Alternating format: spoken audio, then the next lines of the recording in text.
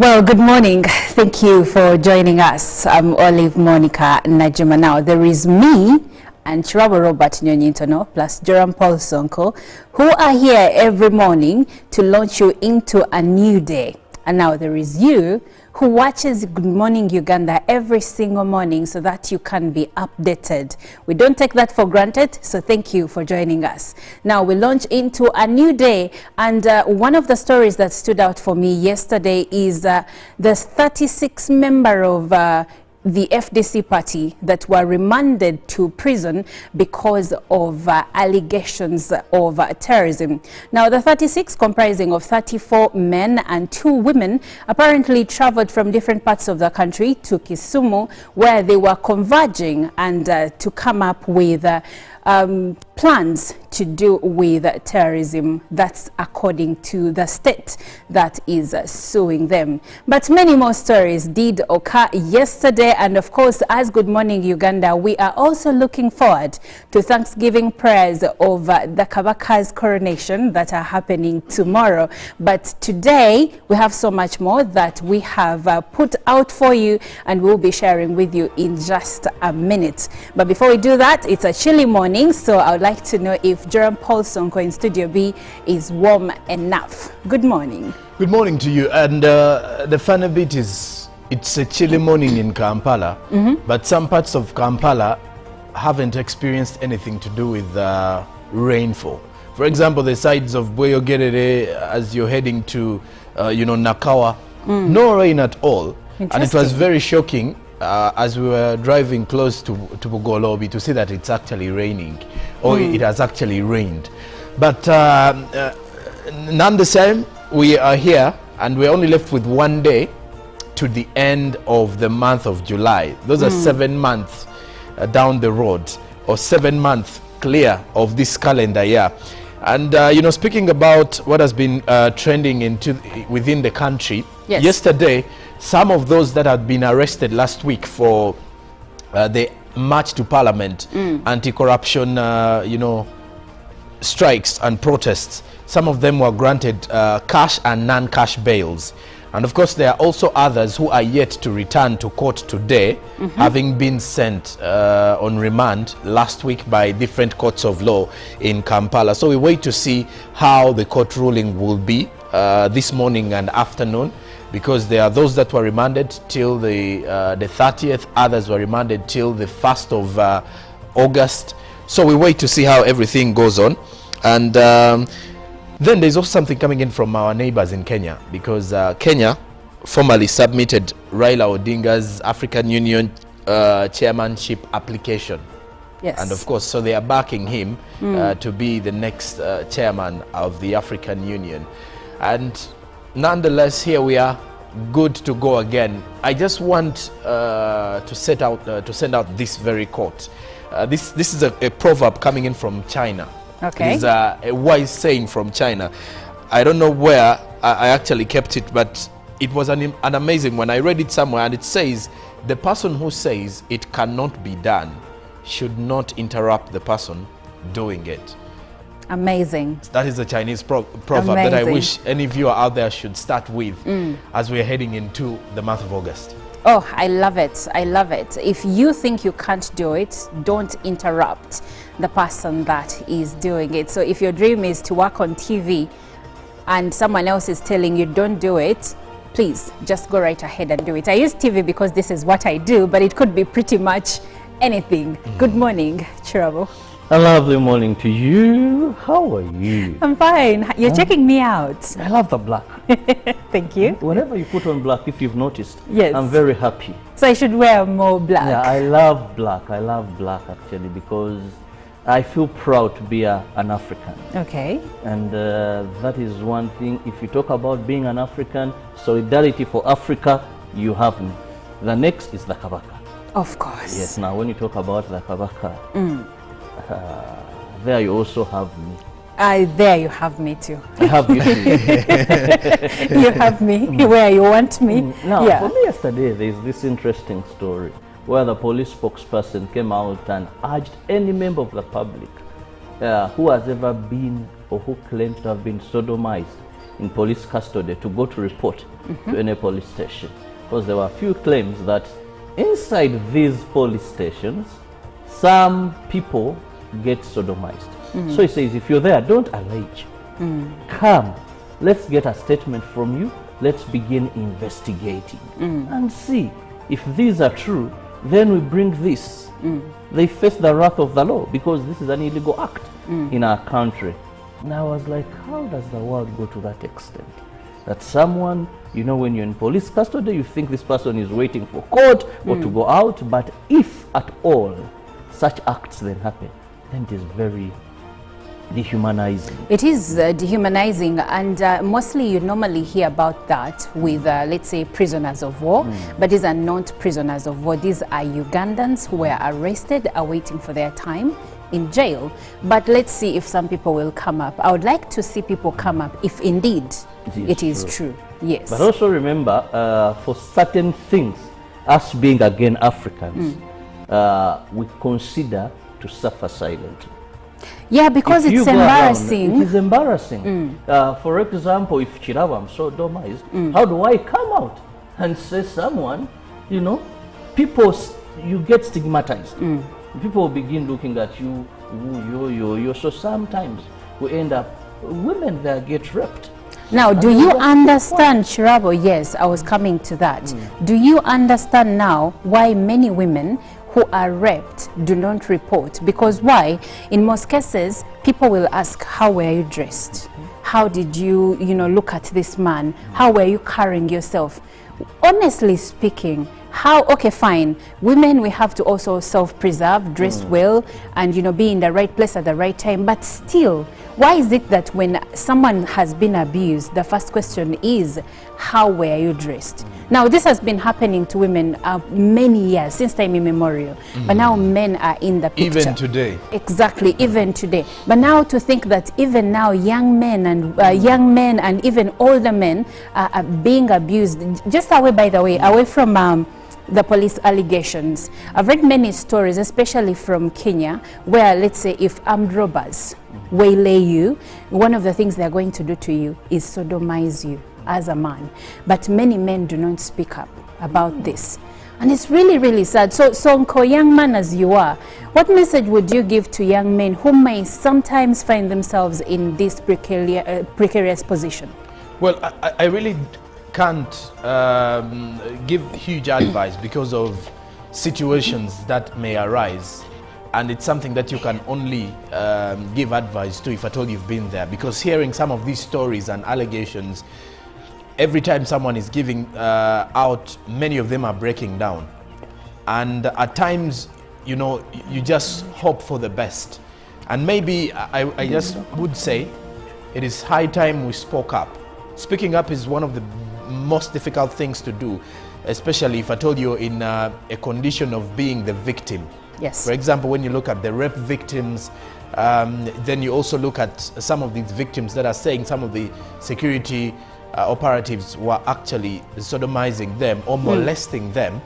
It is something that it is very hard for someone to come out and speak out. But if at all something of this nature happens and you have a platform to use, speak out, and then at least we can see change coming in from there. That's but, right. From my side of things, I just hope these are things that should not continue prevailing in our society. I agree. Now let's launch into the local news that we have gathered for you over the last 24 hours. And we'll begin with what we've just been talking about. But I think let's begin with the First Lady, where the First Lady and Minister of Education and Sports, Janet Museveni, has said that there should be no further establishment of boarding section in government-owned and government-grant-aided primary and secondary schools implementing the Universal Education Program. Public primary and secondary schools that already had a boarding section prior to joining the Universal Education Program will continue to run such sections. The First Lady, who is also the district chairperson for the NRM party in Tungamo district, reacted to issues of public schools establishing boarding sections while interacting with the NRM District Executive Committee, the DEC for Tungamo district. Now, moving on, Before Nakawa Chief Magistrate were the 36th Forum for Democratic Change activists. Among was Samuel Makoha, FDC's Secretary Regional Relations, Katonga Faction, Mpuga Henry, Naki Benge Edward, Museveni Innocent, Bukenya Hakim, Kaigo Yosia, Rutandua Simon, Dr. Okelo George, Nkonge Charles, among others. The group was arrested in Kenya by Kenyan security operatives in Kisumu and later deported. The activists at Nakawa Chief Magistrate's Court appeared before Magistrate Elias Kakoze and were charged with terrorism. Since this court has no jurisdiction to try offense against the accused, the magistrate remanded the accused till 13th of August this very year for formation of the case. The accused in court were represented by Beatulina Mukama and Simon Wanda. Some of the FDC's leaders who attended court also spoke to UBC. During a press briefing last week, Paul Mugisha, the Director, Liaisons and Protocol from the Office of the President, told the media that the accused were arrested in Kisumu, Kenya after failing to explain to the Kenyan authorities why they had traveled to Kenya. The accused are alleged to have traveled to Kenya for 1 week leadership training.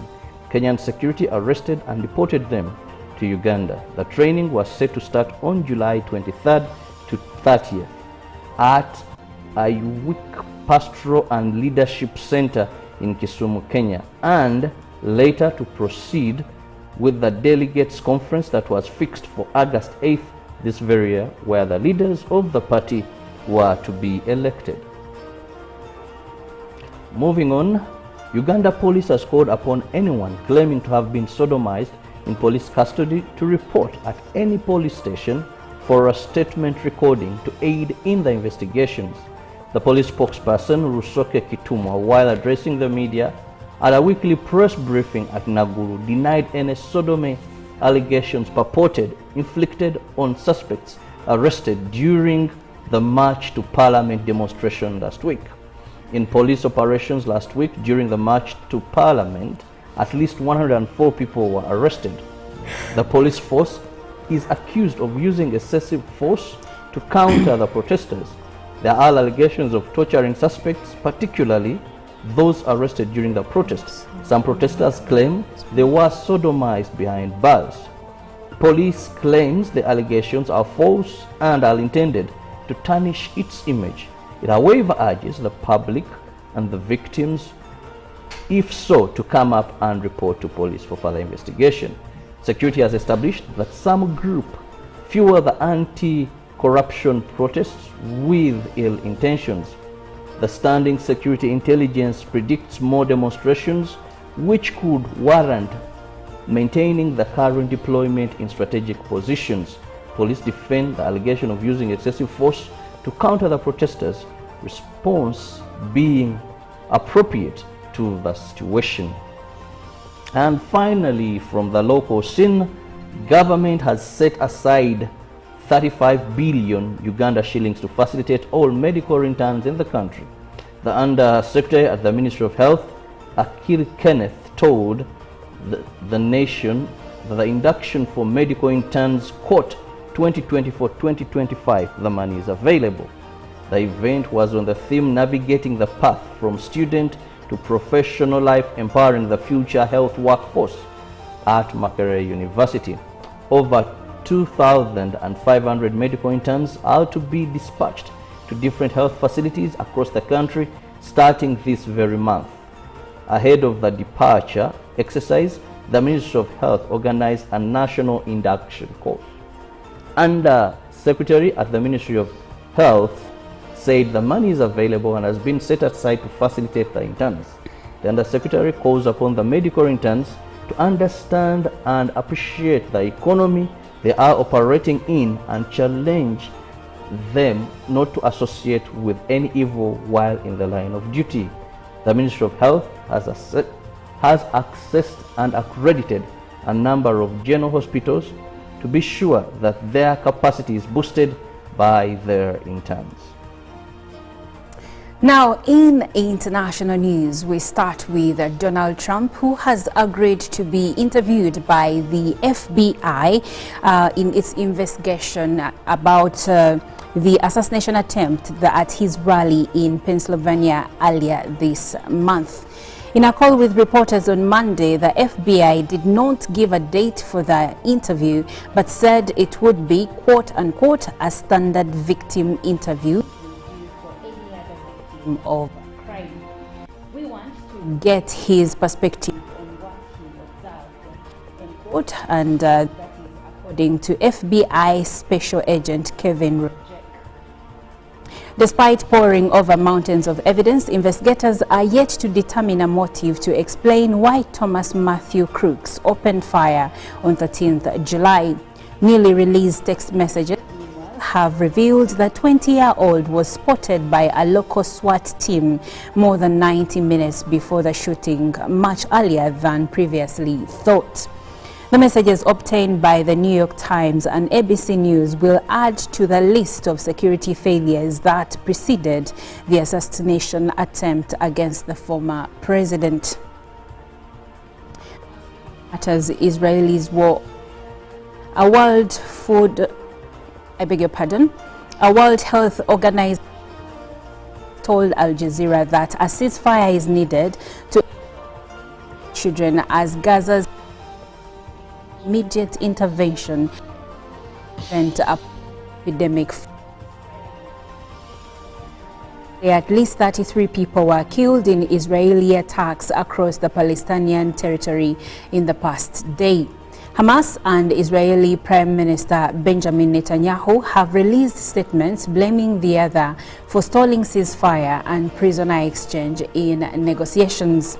Far-right Israeli demonstrators have stormed a military base protesting against the arrests of 9 Israeli soldiers accused of abusing a Palestinian prisoner. At least 39,363 people have been killed and 90,923 wounded in Israel's war on Gaza. An estimated 1,139 people were killed in Israel during the Hamas-led attacks on October 7th, and more than 200 were taken captive. Now, coming back to the southern part of Africa, South Africa's former president Jacob Zuma has been expelled from the African National Congress, the party he once led, after campaigning for a rival party in the 29th May general election. The ANC's disciplinary committee found Mr. Zuma guilty of prejudicing the integrity of the party by joining Umkhonto Wesizwe and has given him 3 weeks to appeal against its ruling. Is dangerous, appeals to extremist instincts in our body politic and riles up a political base that may foment social unrest. This is a statement that was made by the ANC. MK has said that Mr. Zuma was not informed of the decision taken by Kangaroo Court. Mr. Zuma, 82, was an ANC veteran but fell out with the party after he was forced to quit as president in 2018 over corruption scandals. He has always denied any wrongdoing. He had been suspended by the ANC in January after creating MK, which now sits in opposition to the ANC-led government in Parliament. In a statement, MK said it was shocked to learn from media reports that Mr. Zuma had been expelled. The disciplinary proceedings were conducted in a manner akin to a kangaroo court, the party said. And with that, we end our international news segment. Now we launch into the dailies with Jerome Paul taking us through the press review. Well, the New Vision this very Tuesday morning, government set staff targets for districts. List of approved performance standards have also been highlighted. Then First Lady challenges artists to be exemplary role models. Busoga and Eswatini bolster ties. Interesting. Then also how Balikoa managed has sickler children. Then finance directs on payments of areas as West Nile electricity question put to rest. Then a pictorial of deported FDC separatists charged with terrorism at the front page of the New Vision. Off to the Daily Monitor, this way, that way, says the Daily Monitor, reading from different scripts.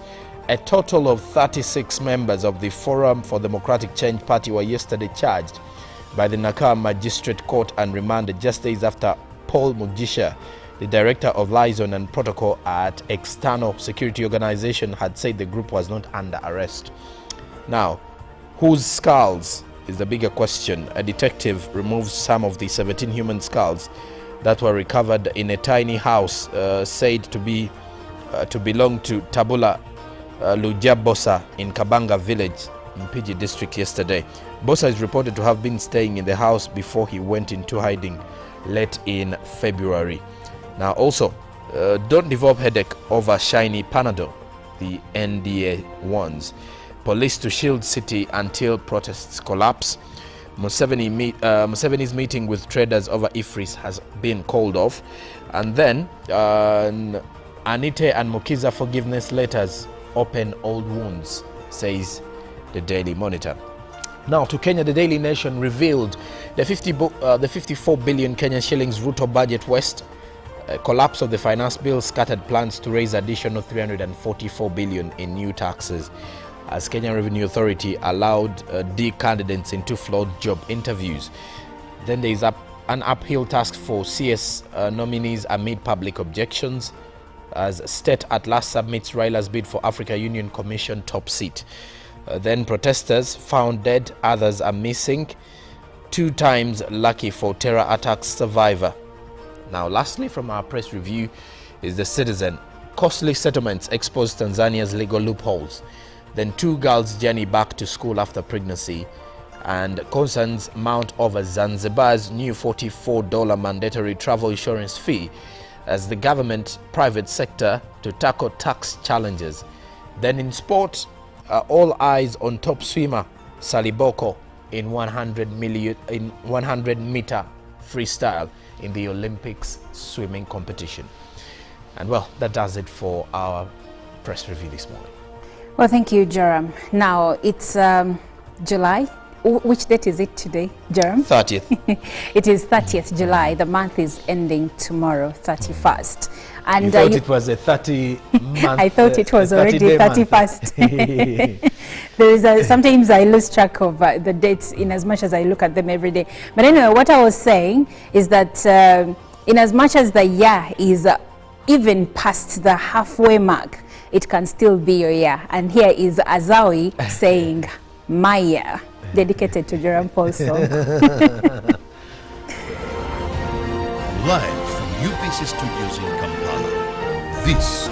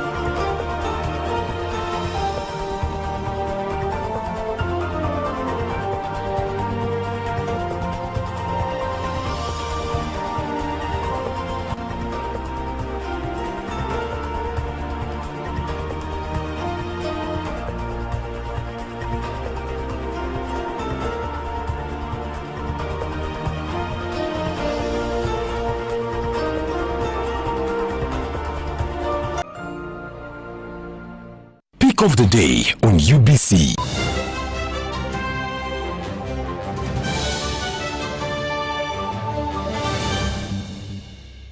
Was brought to you by I'll call you every day, yeah, yo, baby, don't go. You can now get all the Chibuzi out with MTN voice bundles. Call all networks. Kubei Dondoro. Buy a 25-minute voice bundle for only 1,000. Or buy any daily voice bundle of your choice. Dial *100 *21 hash and select daily or use the My MTN app. When we talk together, we are unstoppable.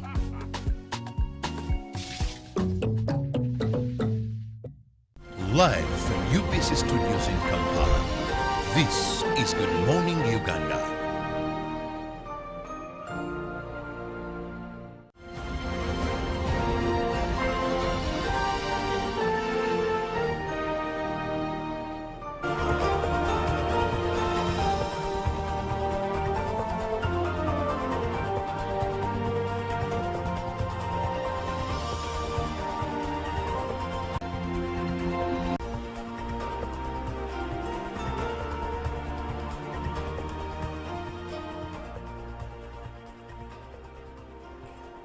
Well, you are watching Good Morning Uganda. If you've just joined us this minute, you have done a great thing. Thank you so much for being with us here on this program that starts your day and gives you updates in different facets of life.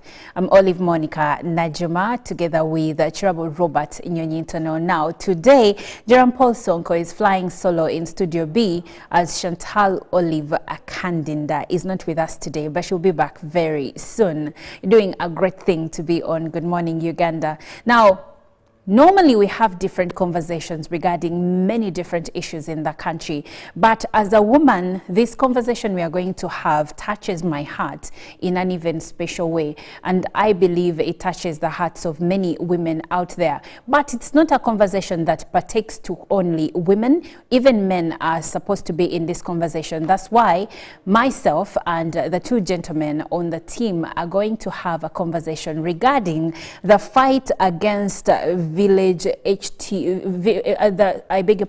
the fight against traditional birth attendants that we are seemingly winning. Why is this important? Why is it that we are celebrating the fact that now more women are visiting health centers for delivery, for antenatal, rather than going to traditional birth attendants? It has its pros. I won't even say cons, but there are many pros when it comes to this development, and that's the conversation we are going to be having today. And I'll start with you, Chirabo.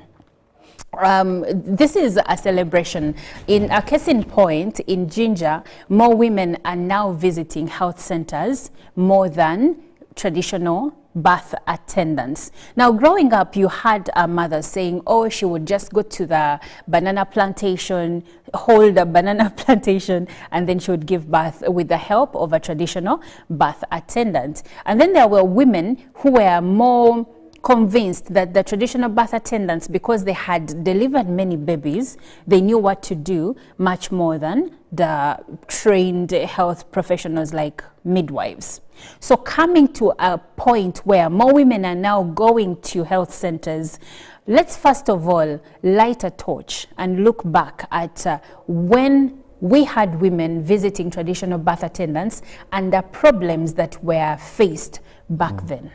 Well, thank you very much. This is a very interesting topic because I know we are going to be speaking to someone who still has a mindset issue in this. Now, first and foremost, we must accept that our health services were not as they are today. Truth be said, they're not anywhere to the best, but they're somewhere. Yes. In the middle. I must say there's still so much room for improvement, but still there's a distance that we've traveled as far as first having the personnel. That today we have so many young women and men who are trained.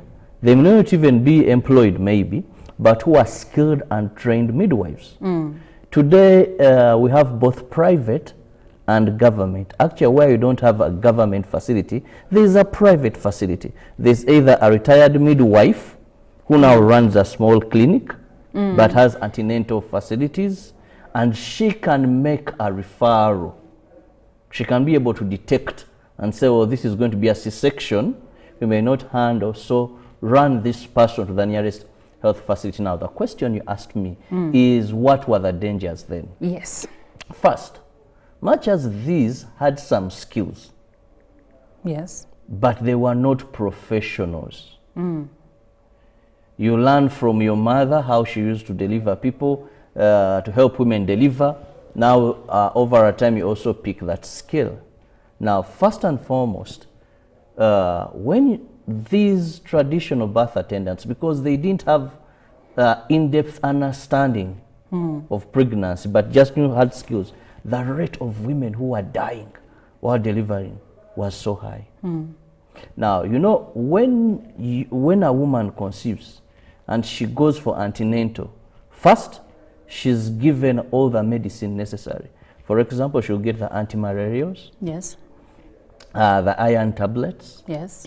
Then there will be tests of hepatitis done. There will be tests of HIV done on Yes. both the couple. If you are responsible gentleman, like some of us who go with our wives. Actually, in some hospitals, they make it mandatory Yes, for they the make it wives, the expectant mothers to show up with show their up. spouses. Yeah, and so there is first to ensure that the pregnancy is in good shape, the woman is in good shape. Now, these traditional birth attendants didn't have this information.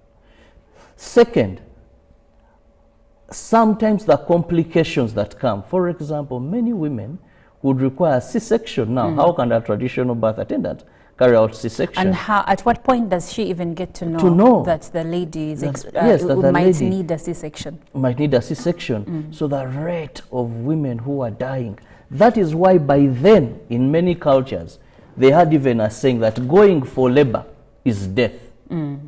So kuzala kuchi. Rutalo rw'okuzaala. Even the names associated with giving birth.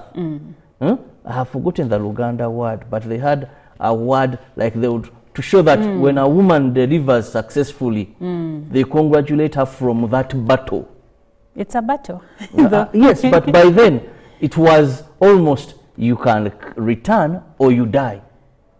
Today, I'm not refuting that giving birth, because I've seen it, I've seen the pain ladies go through, still it has a challenge. But the chances of death are no longer, because you're delivering in hands of professionals. Then the antenatal, they're able to detect some cases. They'll tell you. Today, even their scans, they'll tell you you're having twins. They'll tell you, well, the position of this baby. Yes. There's this other problem. So please, this health center you've gone to, they can even recommend you earlier. And they'll tell you, you know what, for you cannot be able, you need to go to a national referral. And Robert, let's talk about the myths. There were myths when it comes to, and I would like to bring both of you gentlemen into this. There were myths when it came to pregnancy. Like when your feet swell, then you're carrying a boy. Maybe if your tummy is too big, probably it's a girl. If your face blots out, probably it's a boy. So there are all these myths. But do we know, and these myths were mostly also spread by the traditional birth attendants. But right now, from the information we have, how can we explain when a woman's feet swell, and when her face blots out or it breaks out, and many more? Sonko, is this because she's carrying a boy, or is it because there could be actually an internal health issue? Well, you know, before I even get into this myth conversation, when you started out with the topic, I had it at the back of my mind that when you look at the figures, or when you look at the reports coming in, that now women are going to hospital or health centers without coercion or without being forced, it shows that there is high level of improvement. Now, going back to the myth. Now, the issue here is, when you look at the societies where we've been groomed, why most of the traditional birth attendants were looked at as more wise is because some of them were once mothers or are mothers and they pass through the pregnancy. And that is why at times you could easily see that if at all you have any development in regards to the body changes, at times the traditional birth attendants will just tell you that is part of the journey of pregnancy. But however, with the different changes in the world and how healthcare has changed, especially maternal healthcare, you do realize that some body changes may also be an indication that you are either ready to give birth, or maybe you need antenatal checkup, or maybe there is an indication that you may not even be able to successfully push the baby, and you would need, let's say, C-section. And that's right, because sometimes when a woman's feet swell, doctors look at that a lot because it could be an indication of pre-eclampsia or even eclampsia itself, like when she becomes extremely big. So Sonko is right when he says it could be an indication that something is wrong and you need and yet with the traditional birth assistance. attendants, they will just tell you it is normal. All the women have to get their legs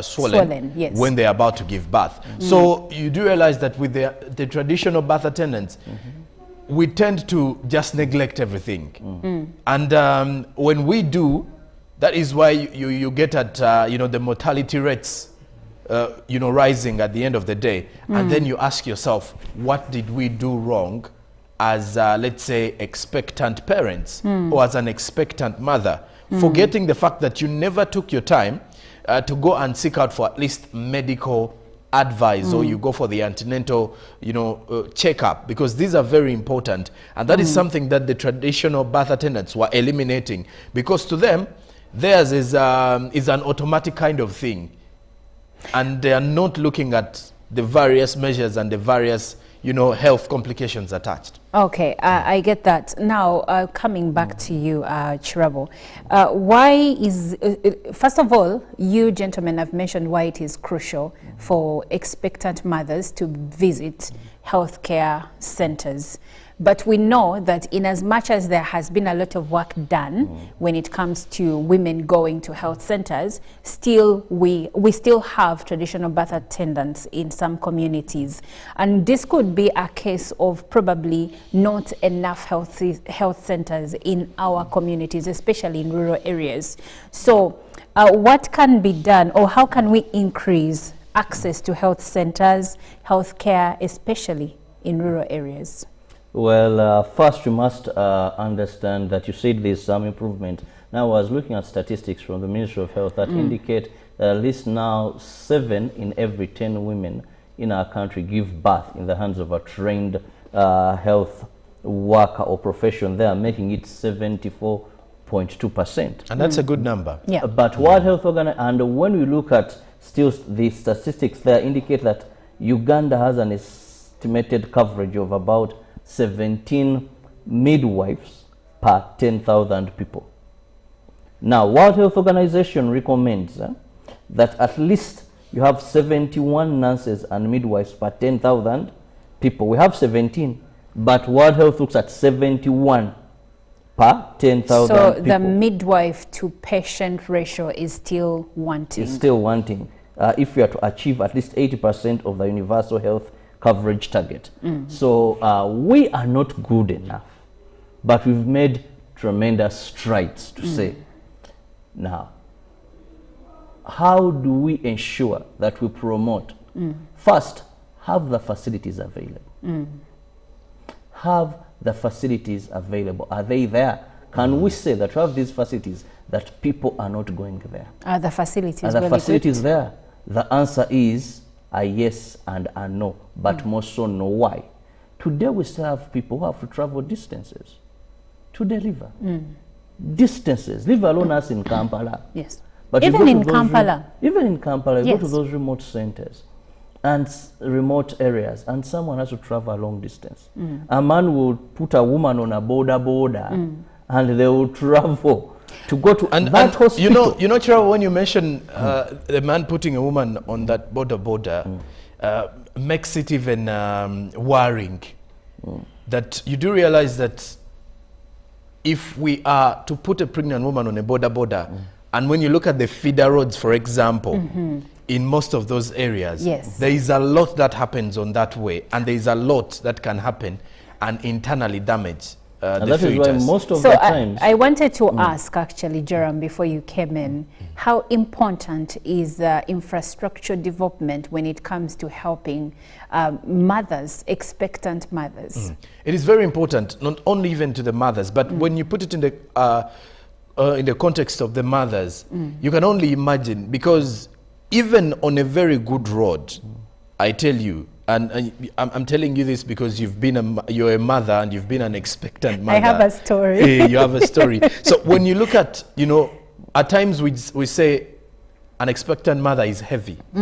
Now when you're heavy, you're carrying something at the front, meaning that you need extra energy to keep moving every day. And you need a smooth road. A smooth road to be moving. Now imagine if you're, for example, moving even in Kampala and you hit a pothole.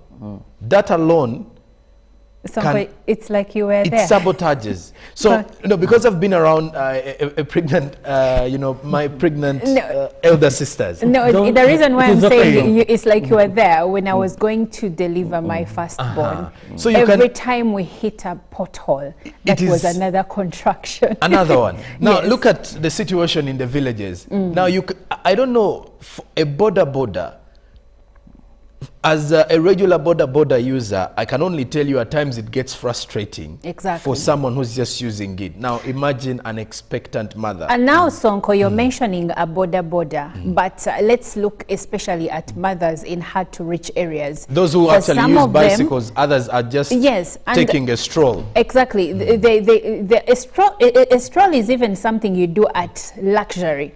But look at this mom, she's in a far to reach area. The health center, like Shirava said, is very far from where she stays. Probably there is no bicycle or even a border. Maybe she can't afford it. But also the road network, because we have seen places where they are completely cut off because the road is bad. So do all these factors work together to ensure that mothers can access medical care? Olive, there was a story about a certain policeman who was traveling to eastern Uganda, I think because the wife was expecting. Someone shared it on a Twitter thread, on the X thread, where he said he helped this person meet his wife. But he said that the first health center they went to in the night, a government health center, did not have electricity, meaning there was no one to attend to any sort of emergency. Even if they could, they didn't have the resources in terms of electricity to help so they them. had so to infrastructure development. Chirabo, you were saying something. Yes, we were trying to see how best we can promote more women giving birth in health centers. And we said first, we need to have the health centers available. Yes. So that we don't have an excuse of I was not able, I wanted, but I didn't. But also, we need so much to promote antenatal visits. Because some mothers go to give birth, but they go late. When it's too late. Yes. Because remember, when a woman conceives, and she understands I have conceived, the body speaks. Now she knows, yes, I'm pregnant. Yes. Now, that journey is more important than the D-Day of giving birth. And most people think it's the D-Day that is important. And now the problem is most people will spend, even I see it in town, in civilized families, a person will go on social media, look for who is selling what, buy these all Mumbwa. Then at least Mumbwa is part of preparation. It is not part, because then, when you go for antenatal, you're actually advised not to use it. But what I'm saying is these beautiful baby clothes, the bottles, but they forget the most important thing. The health. The health. Yes. I've seen antenatals save situations. So we must ensure that we take the village health teams, the VHTs that we are talking about in this story, that are helping fight traditional births. Because in 2010, government of Uganda banned traditional birth attendants. It's illegal. You know, Olive, I've received a comment here. Let me first finish with Chirabo. I've received a comment here. So it is very important then that we must ensure we promote that people know that either you're with your partner or not, the moment you know you've conceived, rush, because then you're not in a hurry. Go to the nearest health first center and start this journey with a professional. That's very true. And also, why is it important, to add to what Shirabo has said, why is it important to start your antenatal journey very early? You've seen children that have hydrocephalus, what you see as the big heads. Sometimes they have the big heads. It's a condition called hydrocephalus, and in most cases that condition can actually be avoided if you start your antenatal journey early and start taking your folic acid early. Now, what some moms do, especially if they've had 1 or 2 kids, they're like, I'm used to this, so they don't bother to go. But there is a reason why you're supposed to go and start taking some of this medication early. Also, the other thing is that you cannot take medicine that you have self-prescribed, even if it is malaria medicine. You need to take medicine that is prescribed by a doctor when you're pregnant to avoid any damage to your child. It may not damage you, but it may damage your child. Sonko, you had a comment? Yes, I had a comment here that some born-again women say that God refused them to go for antenatal. Oh, wow. So it's a very, very interesting comment. That's here. foolhardy. Those are some of the myths around. And, you know, I want to just send in my parting shots. Yes, parting shots. I think even with the antenatal or with this kind of conversation we are having, men need to be involved. Yes. Because in the first place, one becomes an expectant mother because of a man in the picture. So once you're having an expectant girlfriend or fiance or wife, you've got to be in their life. At least you have to be very supportive, emotionally, because pregnancy, you know, 9 months down the road can be very traumatizing, especially if someone doesn't have a support system with them. That's so right. Supporting these mothers, the expectant mothers, being there for them, if at all there is time, which I want to believe you can create that time, to always, you know, go for these antenatal checkups with them and be supportive, be there within the journey. And you never know how important that can be for the life of the child afterwards and the bond that the both of you can have with your children. Now, Chirabo, thank you, Jerome, for those words of, should I say, encouragement, wisdom. Now, Chirabo, as your parting shots, why is it important for us to have men into the conversation of women seeking for proper medical care when pregnant? You have a few seconds. One is for the financial muscle. Yes. We must be very real that away from the urban centers, many women solely depend on their men for money. So they need to support the money. It is important. Very important. But also to have the right information. Because when you go together in this and an expert speaks to both of you, you get to understand things better than when your woman comes back home and she's the one telling you, they have said, I need to go for a scan. You may think she just wants luxury life. No, I remember my last born, every month there's a complication. That every month, I'd never heard of it. My better half had to go for a scan. And the hospital we were going to was quite expensive. So I would think, had I not been there, that this expert I trust tells me, come back, I would say, but this is like serious and it's a danger to even to the fetus, so why are you doing it? So men, for you to avoid this domestic violence and not understanding what is happening, be part of the entire journey. Exactly. Be part of the entire journey. Now, I will close with a comment, and it says, this is from Okello Robert, watching from Kole Town Council, and he says it's very important to let the expectant mothers be in health facilities already, such that they keep on monitoring the status. Reason being, if Plan A fails, Plan B is nearby. What makes us lose our loved ones is taking a risk of late transportation and bad roads. That is from Robert Okello from Kole Town Council, and I can't add to that. We will take a short break. Irene Allen Namisango is right here to take us through Good Morning Uganda Tourism Express. Stay tuned.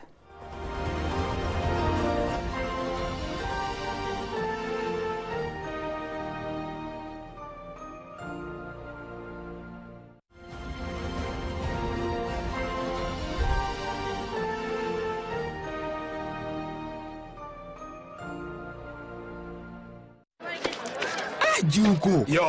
Wachikuwa. Check the shopping, man. What's your secret? Uganda, haven't you heard of the Parish development model PDM? Yes, I did, but I thought it was just a talk. No, Sebatia. It is real.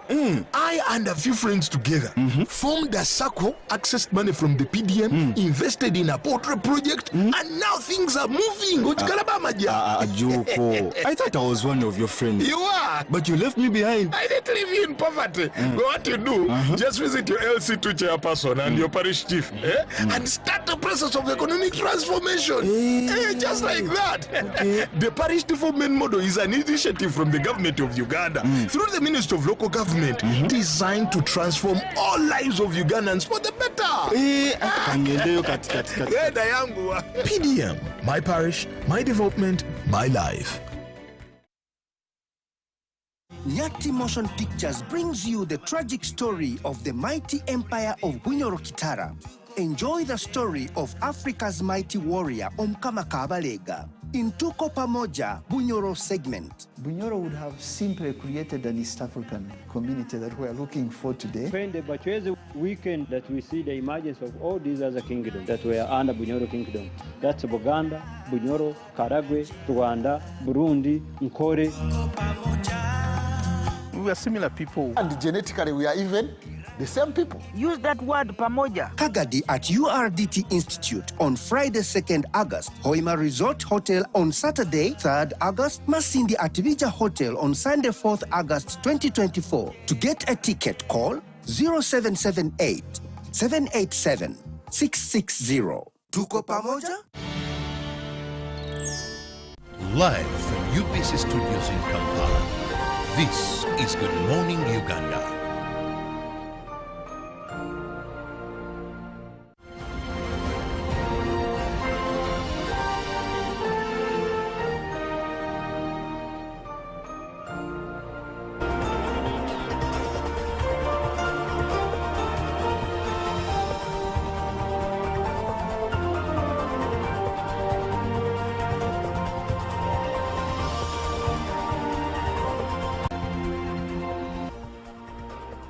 Welcome back from that short break. My good name is Irene Alena Misango, and this is the GME Tourism Express, the time that we committed to talk about everything that is Uganda's tourism. Now today, unlike the other days where we talk about attractions, today we are talking about content creation.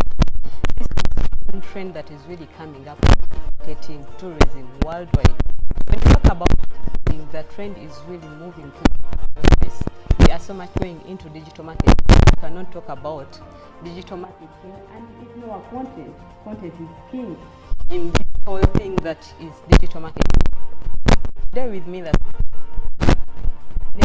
Manya, who is a professional tourism personality who has been working about 7 to 8 years in content creation. She has traversed the country, going to different places, creating content. She's a vlogger. She has a YouTube channel, and today we are going to dive deeper into content creation to understand what are the trends that are coming up in content creation to market Uganda's tourism better. And Lynette, you're welcome here. Thank you, Irene. Thank you for having me. Thank you. I'm excited to be here. I'm excited to share all about tourism, content creation, and how best we can market our beautiful destination out there. Oh, that is nice. And Lynette, you've created several videos. Some of them I've been watching them on YouTube, and I should say that the work you're doing is really commendable. And we need to understand, how do you ensure authenticity in your videos, in your content that you create? Okay, thank you very much.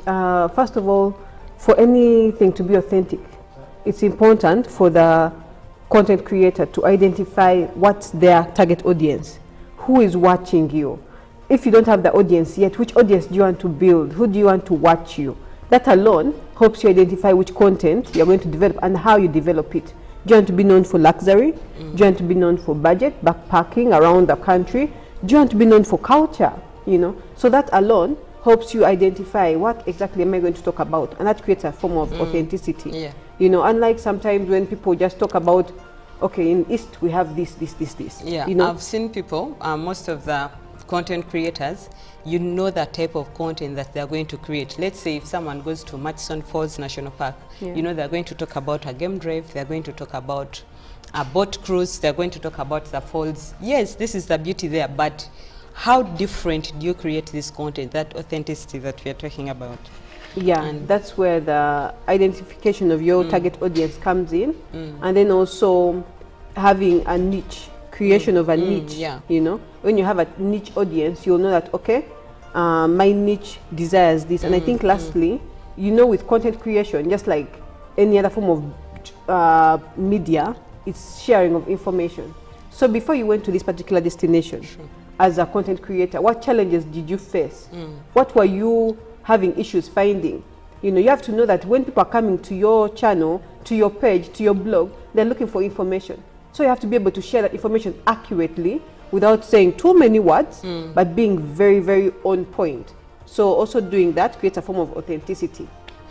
Lynette, we also need to understand about incorporating experience in content creation, because when you look at most of the content that has been created, it is more of a narrative, a story. Someone tells a story. Yes, storytelling is good in marketing, but we need to incorporate experience in this content. How do you think we can do that? The aspect of experience incorporation in any marketing strategy in tourism is very, very vital. Why? Because people do not want to consume like a product. People want to feel an experience. Example, when you say you went to the national parks, how did you feel when you were in the national parks? You know, let's even move away from the national parks. Here in Kampala, you want to take your friends for a lunch. You know there's a particular restaurant where you go and the ambience will be good. There will be a bit of soft music. The meals will be scrumptious. So that is the experience. Which means if you go to the restaurant and you say, I went to this restaurant, it was very good, and you just keep quiet, someone does not feel the experience. If you say the breeze was good, it was quiet, the staff were warm, you know, someone can be in their chair at home and feel like, wow. I was attending some training where they were training us about writing good stories about tourism, and the trainer told us that you should make sure that the content or the story you're writing makes someone to feel something with all their senses, 5 senses. Like someone, they are imagining this place, seeing it as you're writing about it or creating that content. They are feeling the taste about the food that you're having. So I think something like that can work for incorporating experience. That is true. But also with tourism, there are things which sometimes we ignore. Like you go to a beautiful, maybe a hotel or a lodge, and you forget to tell people how the air was very fresh.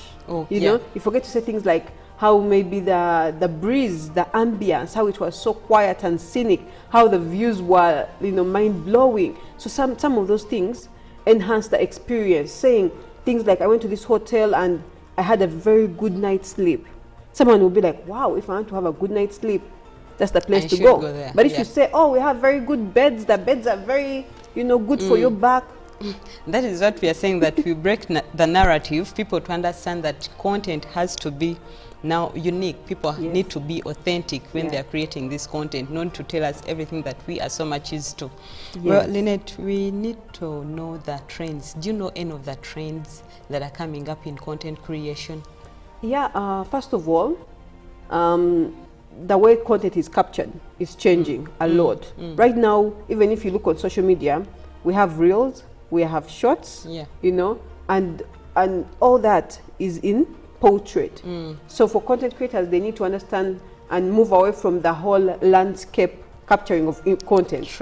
You know, because I also used to capture all my content in landscape until I read this book, and I also noticed the trends that most of the pages which are very vibrant right now, social media pages, use portrait. And even all those which had landscape consumption of content also put a section, you know, even on YouTube, there are the shorts. On Instagram, there are the reels. On Facebook, there are reels. So all this shows you that when you're creating content, the way you even structure your phone alone determines the level of consumability of the audience.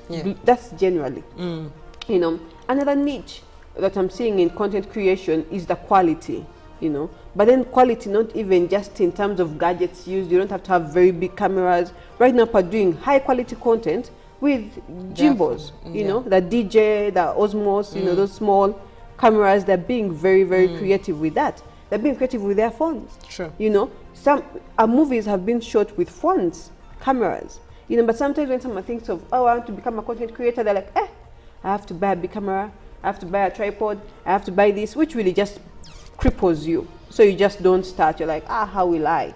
You know, so that alone helps you. Like that content that's running on the screen, I used my phone to create that, you know. So it's very easy for you to, and right now actually even content creators who have those high quality gadgets, they end up using their phone most of the time because it's easy. You have it on you, and if you are doing a vlog, you're running around here and there, you're going to end up using your phone. Wow, Lynette, this conversation is interesting, and I'm also so passionate about content creation that we can talk and go on for hours, but unfortunately because of time we really need to stop this. And what is your advice that you're giving to the content creators out there that are watching you? Okay, lastly, I would like to advise content creators out there to be creative. Content creation doesn't have to be expensive. It doesn't have to take you away from your town, from your city. Be creative in every different angle. Even if it's content creation away from, even if it's tourism. You know, if you don't have the finances to travel out of Kampala, give people city tours.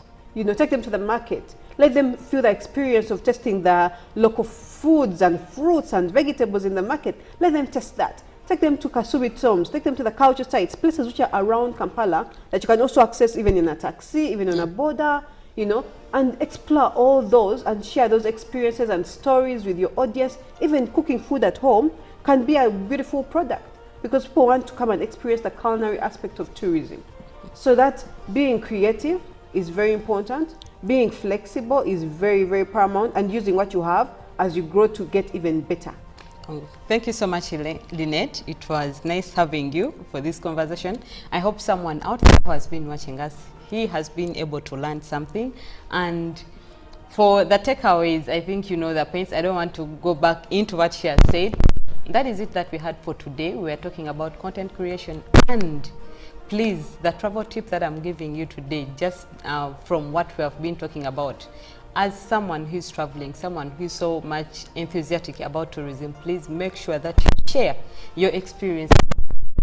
You could inspire your relative, your friend, or your other colleagues to also travel somewhere. So please make sure that you share your experiences to everyone so that together we market Uganda's beauty to the world. Thank you so much for watching. Coming up is Paul Sonko with the business update.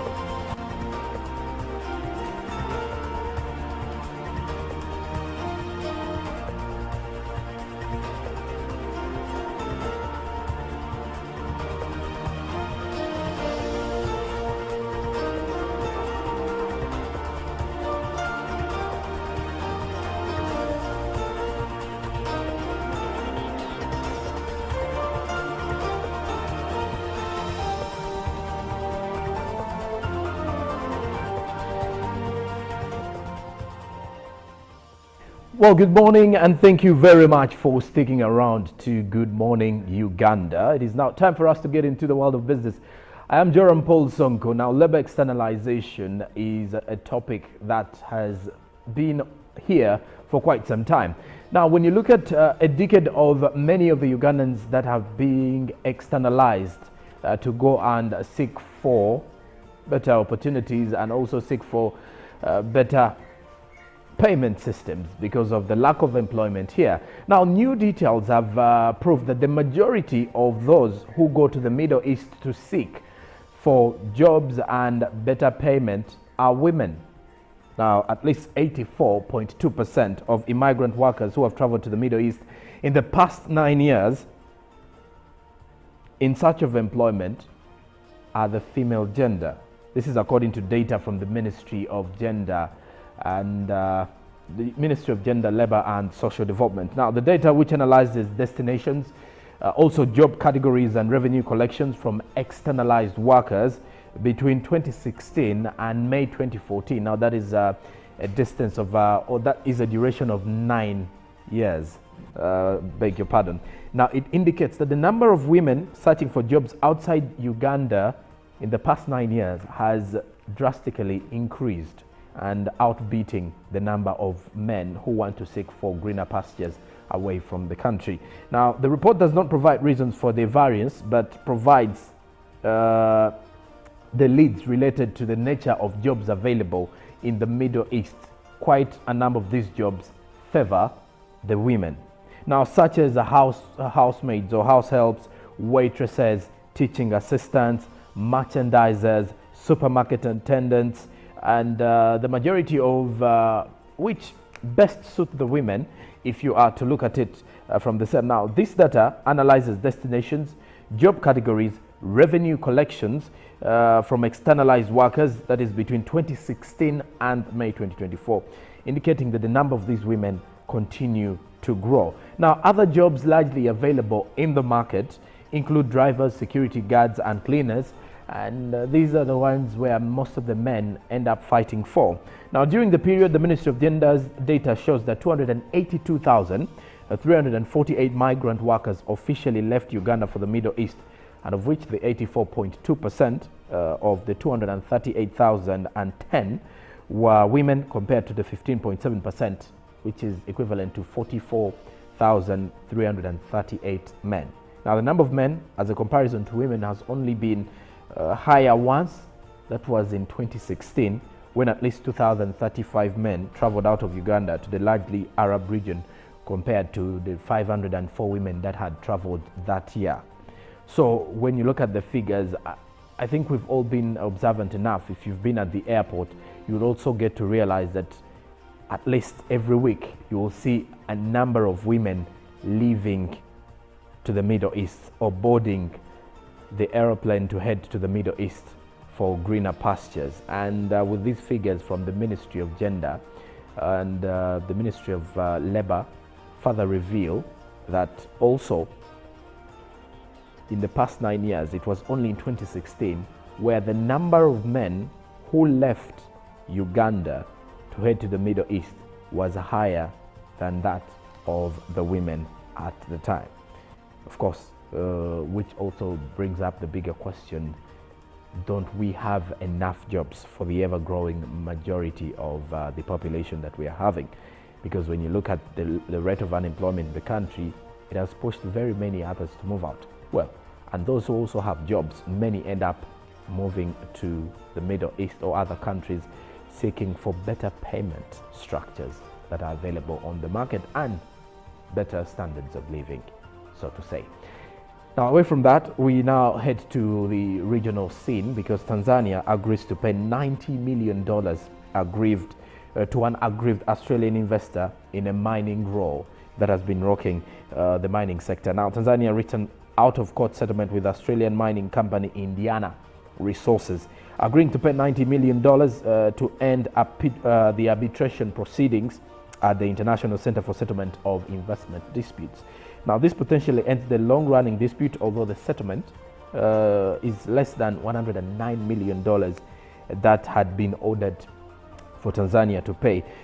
Indiana. That was as of July 2023. Now, a year later, Tanzania finally agrees to pay 90 million of the 190 million dollars. Now, this potentially ends this long-running dispute.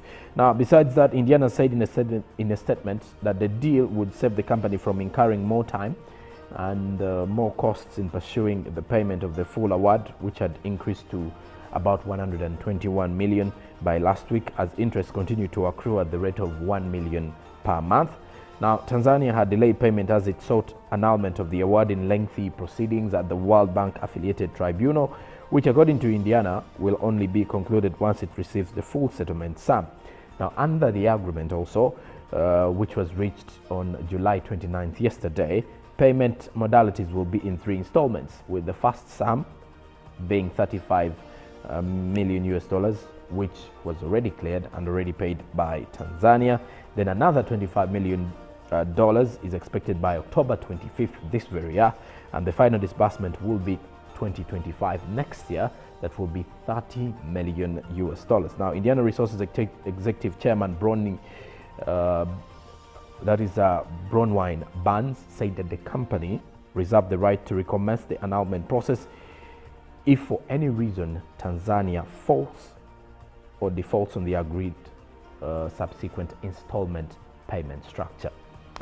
Well, that does it for our business news this morning. We now look at the forex market courtesy of the central bank to see how different currencies have been faring on the exchange. The US dollar opening time on Monday was buying at 3,723.95 while selling at 3,733.95. Closing time, the US dollar was buying at 3,718.82 while selling at 3,728.82.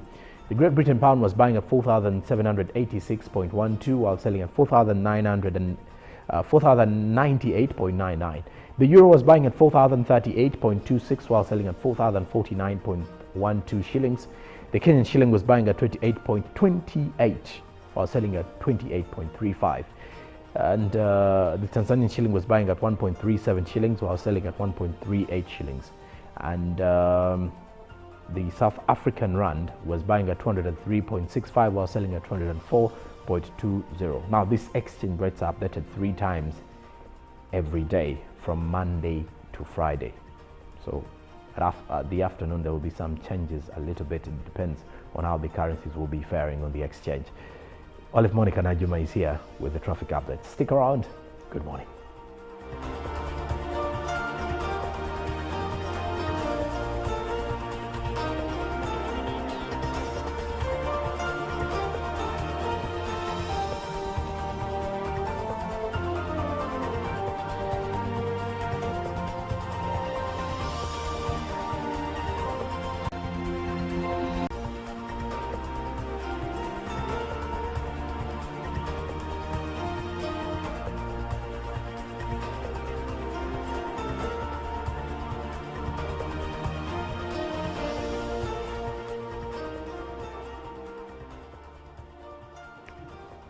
Well, it's a chilly morning in some parts of Kampala, and in other parts it is not yet, though the weather is giving, so we don't know what to expect up until later. It could rain, it may not, it might shine, it may not, but so far so good. It's a beautiful morning. Now, if you're still at home and about to hit the road, why don't we look at the traffic updates and see how you can maneuver to get to your place of business and work.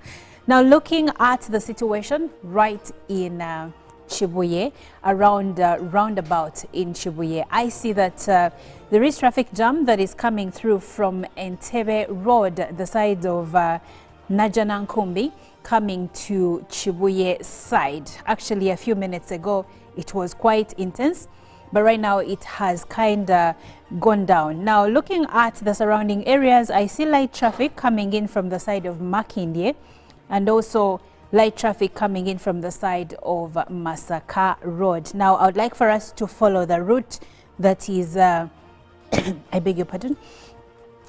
I would like for us to follow the route that goes through Katwe, where I see light traffic and a bit of intense traffic in some areas. Continuing still with the same route, for the most part, you have smooth flow of traffic as we approach Queensway. Now, there are different branches around Queensway where I'm seeing a great traffic jam in just one section, but it is a wide junction, so there is some bit of intense traffic in this area. But now approaching areas like Usafi Market, I see that part of the road has been closed off for those that are passing through that side. There is a part around Usafi Market that has been closed off, but surrounding areas like Kafumbe Mkasa Road, I see that there is intense traffic over there. Now, following still the same route as we get into Nachivubo Channel, I see there is a bit of traffic jam that is coming in from Nachivubo Road and joining Entebbe Road. And following the same route, I would like to see how Entebbe Road transitions into Market Square Road and Kuruma Road. And in some sections along these roads, you're going to encounter intense traffic jam. Where Nkuruma Road joins Entebbe Road, at that section there is intense traffic jam over there, but the rest of Nkuruma Road looks pretty clean. Now, looking at other roads like Kampala Road, I see that there is a bit of traffic jam around Kampala Boulevard, and traffic jam still going the side of Speak Road. But Kampala Road as itself, there is a smooth flow of traffic in this area. And Nasa Road also looks pretty clean. Well, that's where we will end our traffic updates for this morning. I'll be right back tomorrow to share the same. For now, stick with us. We're going to take a short break. And when we come back, we will speak labor externalization in Uganda.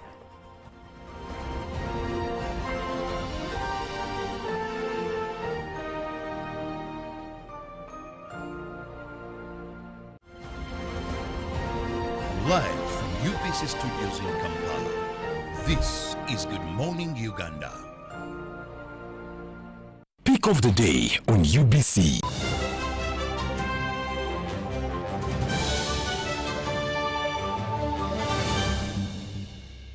Was brought to you by You can now get all the Chibuzi out with MTN voice bundles. Call all networks. Kubei Dondoro. Buy a 25-minute voice bundle for only 1,000. Or buy any daily voice bundle of your choice. Dial *100 *21 hash and select daily, or use the My MTN app. When we talk together, we are unstoppable.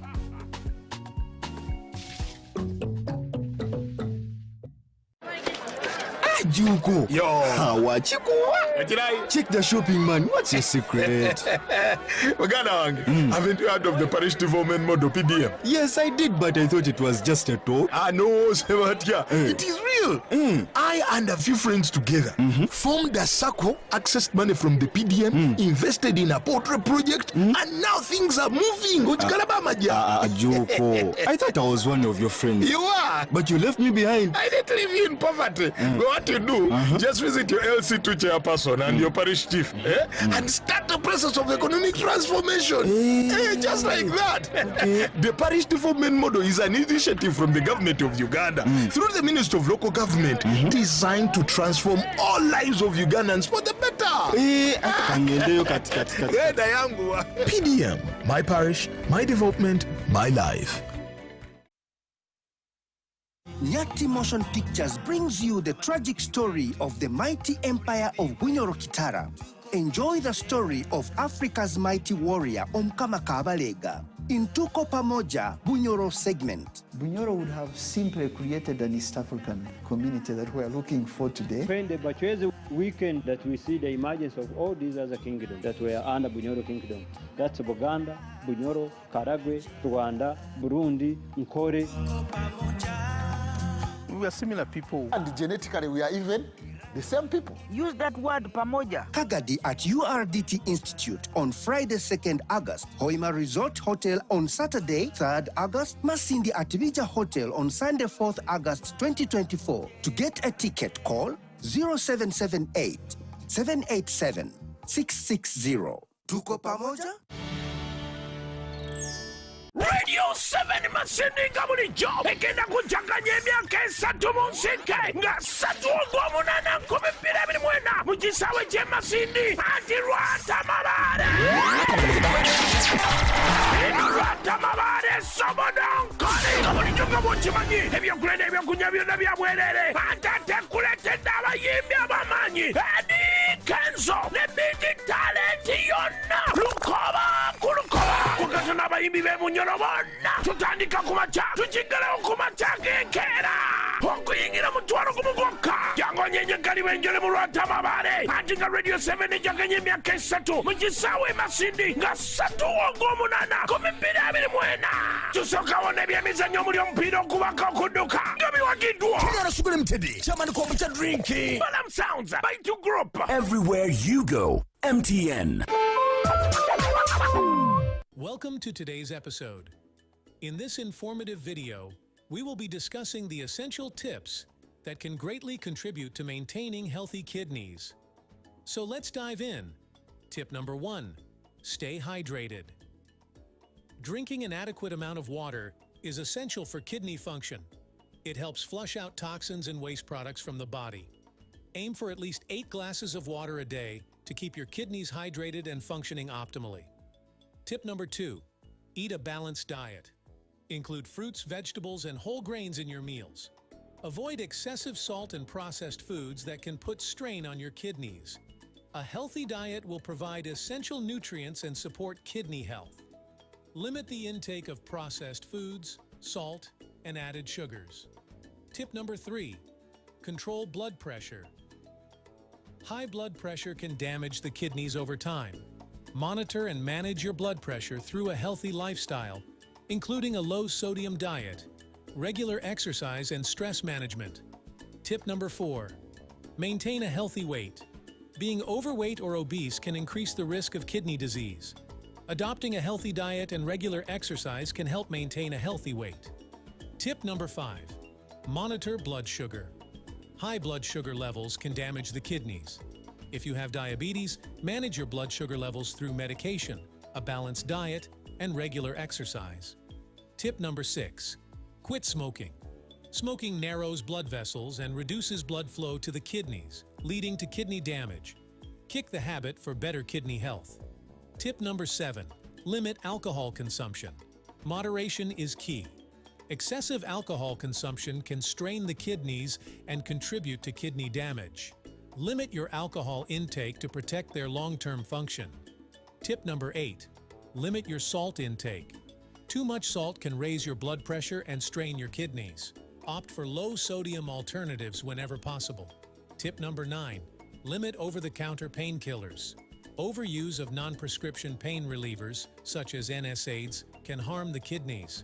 Use these medications with caution and follow the recommended dosage. Consult your doctor for safer alternatives. Tip number 10, regular health checkups. Schedule regular checkups with your healthcare provider. Monitoring blood pressure, blood sugar levels, and kidney function through routine tests is important for early detection of potential issue. By following these 10 essential tips, you can take control of your kidney health and prevent future complications. Thanks for watching this video. If you found it helpful, don't forget to subscribe to our YouTube channel for more valuable information on maintaining a healthy lifestyle. This program is produced by Sani Production, powered by UBC TV, inspiring Uganda.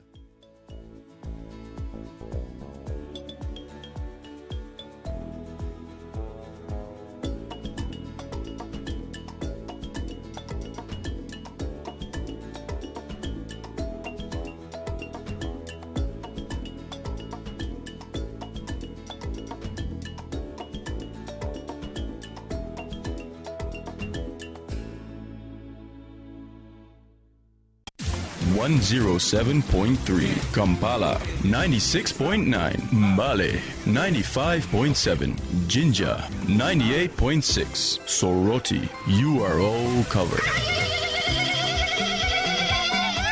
UBC Butebo. Yikwaya dola wini kune. Awasoka muriyo. Atekeri na ebiteso ebijasesi UBC Mutego. Live from UBC Studios in Kampala, this is Good Morning Uganda.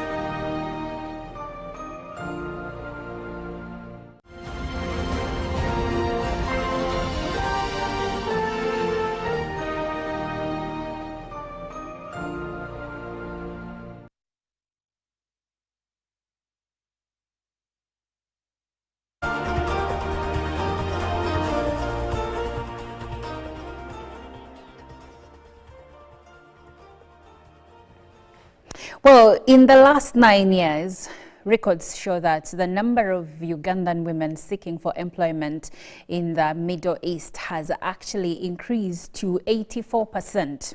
Why is this? Why are more Ugandan women seeking for jobs, employment outside of the country in the Middle East vis-a-vis the men? And according to a report that was released in May 2024, it shows that the number is actually consistently higher than that of men. At least 84.2% of immigrant workers who have traveled to the Middle East in the last 9 years were by May 2024 in search of employment were women, according to data from the Ministry of Gender, Labour and Social Development. This opens up the conversation we are having today. And my name is Olive Monica Najuma, just alongside Chirabo Robert Nyonyintono. Now, Robert is will tell you that he's covered different stories in different aspects, and I know that he's very conversant with this conversation. Back in the day when the Middle East opened up to migrant workers, it was mostly men that were seeking for employment in those countries. And not just, actually, I was going to say not just the Middle East, but let's stick to the Middle East. I remember around 2005 when many Ugandan young men were going to Afghanistan for work, and Iraq, others. But now the situation has changed. More and more young women are going to seek for employment in these countries. And it begs for the question, why? Normally it's the men that used to go to war, right? Left women behind, went to war. Left women behind, went abroad to work. Now the situation has changed. The tables have turned. So I would like for you to even go deep into this, Chirabo. First of all, how are you? Once again. Very fine lady in black. Thank you. By the way, you're also gentleman in black. The only difference is that you're at least wearing some brown. Like I told you, my favorite color is black. Yes. And I want to be an ambassador, and indeed I am for black. For black. To remove this blindfolding of the white man. Black is a beautiful color, and we can wear black anywhere. It doesn't have to be at funerals alone. Yeah, so I like that you love black. Also, you can't go wrong with black. You wake up late in the morning, you like something black. Well, you're going to tell people our secrets for us who love black. So. Okay, we just love black. We just love black.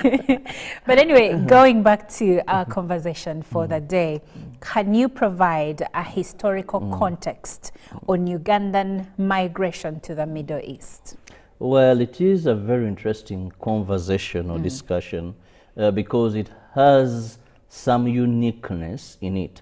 And I liked your preamble to this when you said we had men who are going in Afghanistan and Iraq. Yes. Now, first, these were trained people because they were going, we had many places where the various companies away from the government that were taking this had to take them through training. That's right.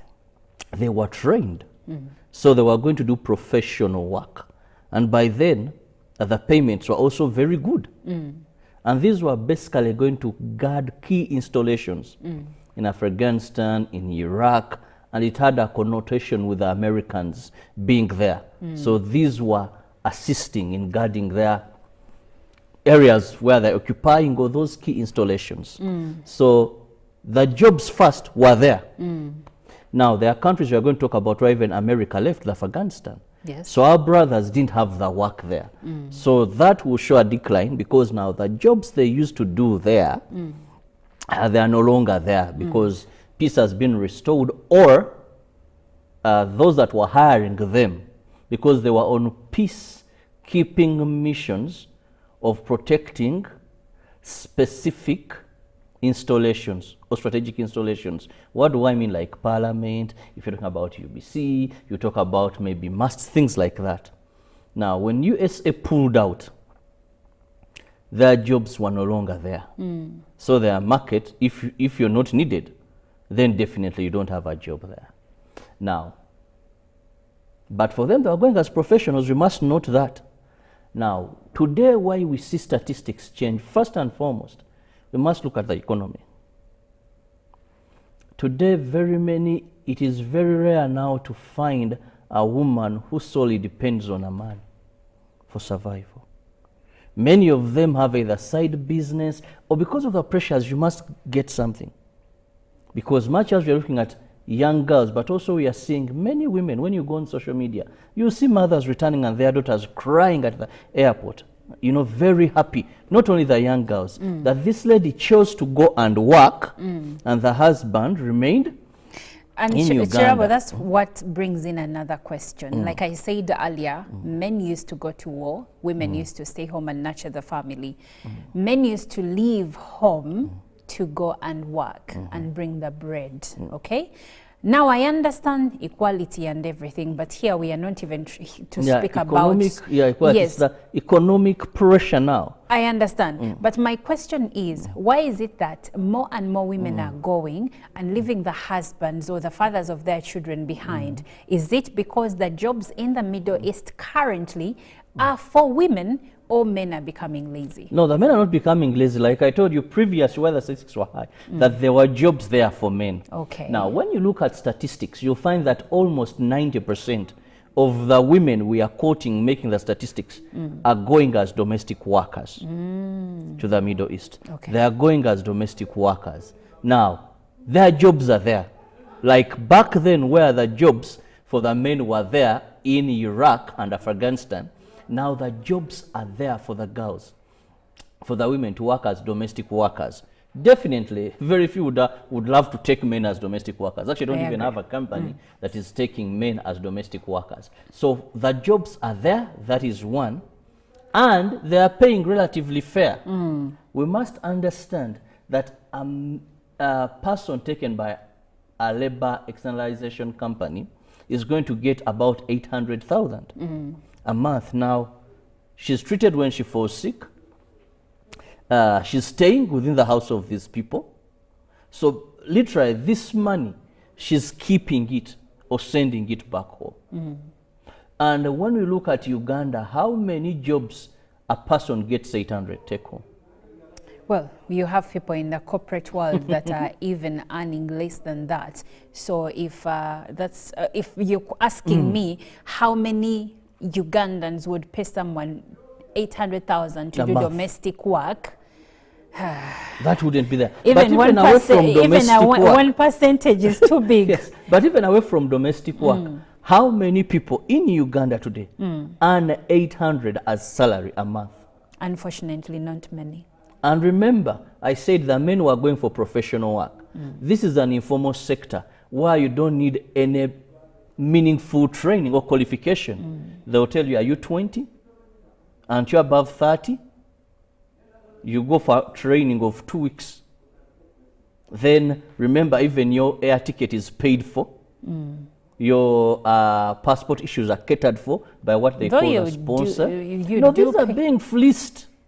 Ah, okay, so we will get to how that works. Yes, but I would like to know, and I will keep that in mind, because I would like to know, because my experience is that the girls are paying in a way for some of these things. But if you're saying they're being fleeced, I would like for us to look at that a bit later. But for now, I'd like to know how the government's policies and economic conditions have influenced the pattern of migration for work in the Middle East.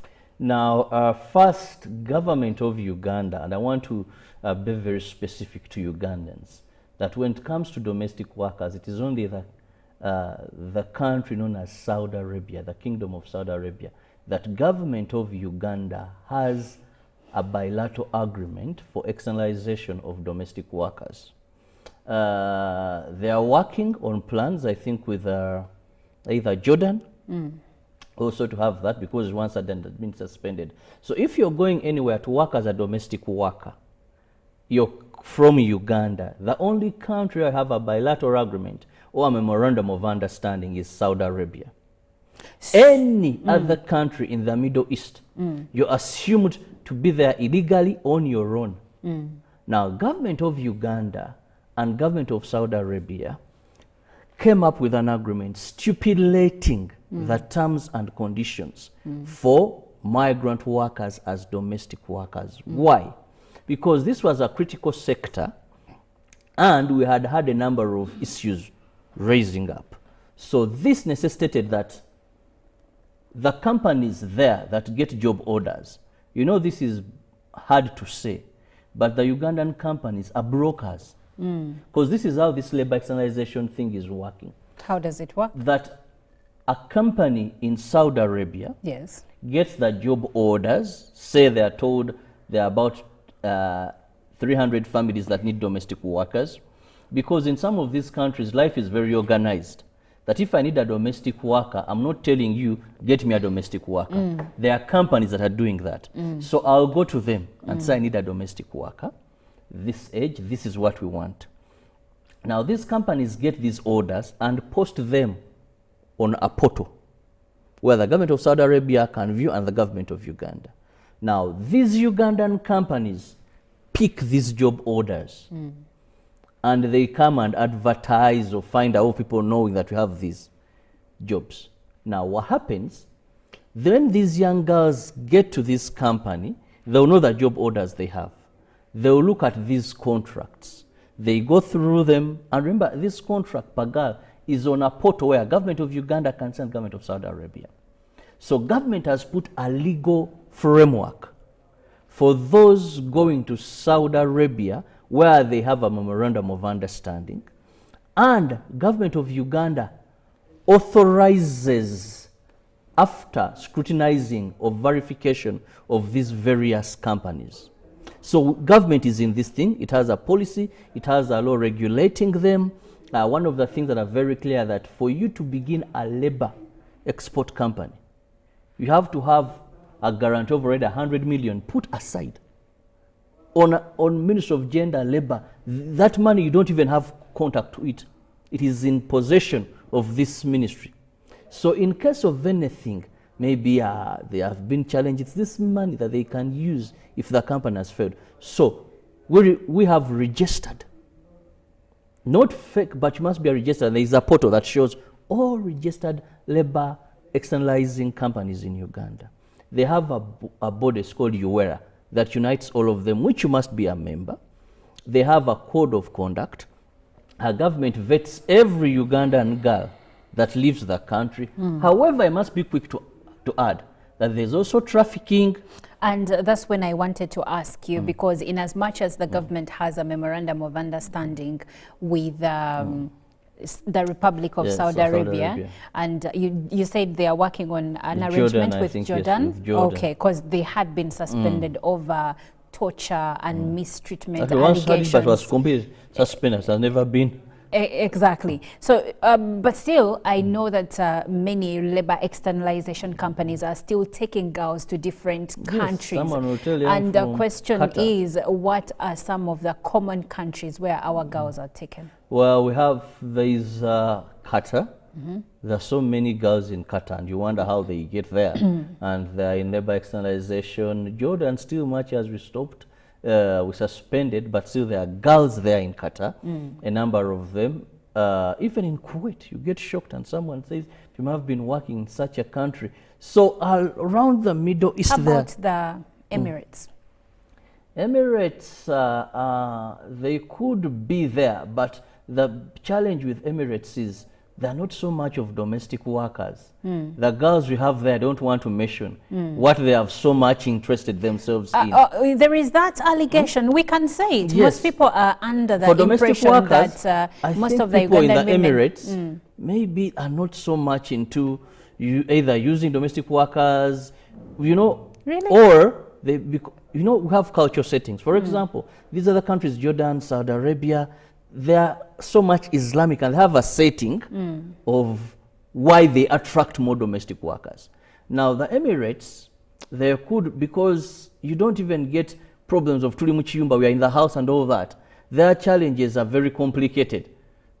And I think the Emirates offers very many, you know, very many opportunities for Ugandans, and it's easy for Ugandans to do other jobs. Because I do know that, the, for instance, Filipinos are many in the Emirates doing domestic work. I personally know a few people in the Emirates that are doing domestic work. I think they have better policies that we don't get these bad stories come out. And also the other thing in the Emirates is that it is a stream of opportunity. Okay, it's more metropolitan. Yeah, you can get in and these other find something else, but you can't just get in Saudi Arabia and you think you're going to go into, now I'm working in a supermarket, I'm a cleaner here, I'm doing this. No. Okay. So the Emirates is more easy for you to, however, even though that, many that are there, the bad stories that have come out. I think with immigration, there is always some story, because you've heard of Ugandans that are in more progressive countries like the United States, like Canada, like the United Kingdom, and many other countries in Europe that also have their own unique stories of how they've been mistreated, whereas others don't have that same story. And probably the other day we were talking about refugees in Uganda. You might find a few that say Ugandans didn't treat us well, and then there are others who say Ugandans are good people. So what am I saying? There is always a story. There's always a story, a bad story somewhere at some point. Yeah. But now let's talk about how these girls leave the country. You did say that ideally there is a sponsor who is supposed to cater to all their expenses before they leave the country. But I know stories of girls. Actually, for me, my understanding has always been that you pay the company before you leave. Even someone I know who worked for me for over 9 years and left recently, she did have to pay before she left. But you said these are being fleeced. So please explain, because I believe there is someone interested in knowing the details. Now, this is the challenge we have, that sometimes excitement to leave Uganda in the name of greener pastures goes beyond our understanding, and we don't look at anything else. That's right. Now, when you tell a lady in Uganda that you can go to Saudi Arabia and work, and you're going to be getting 800,000 a month, remember, sometimes you're talking to a person who has never even maybe had 500,000 in a go. I think you're being very generous in saying sometimes. Many times these girls have never had that kind of money. So she's thinking about, and in her mind when she listens to 800, she's seeing building a house for the mother, you know, educating her one or two her children to school. So the desire to fly hinders them. Also the desire to fly. Away from all these other responsibilities, there is the that excitement. So many end up in wrong hands. Okay. Because we must understand that Uganda is full of crafty people. They are everywhere, crafty people. Now, they do not, some are trafficked not knowing. Because if you're to leave Uganda as a domestic worker, you can only go through a registered company. Now, some will have an Olivia who will tell them, there is a lady I know, there is a gentleman I know. Asobola okutwala ebya company birwa. And it is true. This would delay because you need an Interpol letter. You know, you need to have. How long does it take for one to get an Interpol letter?